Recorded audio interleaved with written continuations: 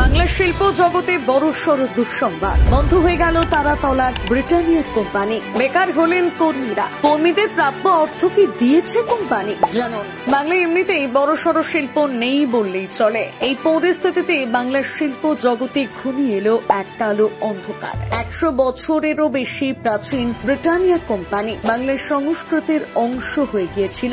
দাদু খায়, নাতিও খায়, এই বিজ্ঞাপনী ক্যাপশন ফিরত লোকের মুখে মুখে। এবার বন্ধ হয়ে গেল তারাতলায় সেই ব্রিটানিয়া কোম্পানি। কলকাতায় ব্রিটানিয়া কোম্পানিতে 2500 টন উৎপাদন হতো, কিন্তু শেষ পর্যন্ত বন্ধ হয়ে গেল কারখানা। কর্মীরা কাজে গিয়ে সাসপেনশন অফ ওয়ার্কের নোটিশ দেখতে পান। বর্তমানে কারখানার স্থায়ী কর্মী ছিলেন 122 জন, অস্থায়ী কর্মী ছিলেন 250 জন। স্থায়ী কর্মীদের এককালীন ক্ষতিপূরণ দেওয়া হয়েছে। যারা 10 বছরের বেশি সময় কাজ করেছেন তাদের এককালীন 22,25,000 টাকা করে দেওয়া হয়েছে। যারা 6 থেকে 10 বছর কাজ করেছেন এমন কর্মীরা পেয়েছেন 18,75,000 টাকা। তার চেয়েও কম সময় কাজ করেছেন এমন কর্মীদের 13,25,000 করে টাকা দিয়েছে কোম্পানি। তবে 2004 সাল থেকে ব্রিটানিয়া কোম্পানি ক্যাজুয়াল স্টাফ নেওয়া শুরু করেছিল। স্থায়ী কর্মীদের এককালীন টাকা দেওয়া হলেও অস্থায়ী কর্মীরা কোনো টাকা পায়নি বলে অভিযোগ করেন কর্মীরা। কোম্পানি বিবৃতি দিয়ে জানিয়েছে,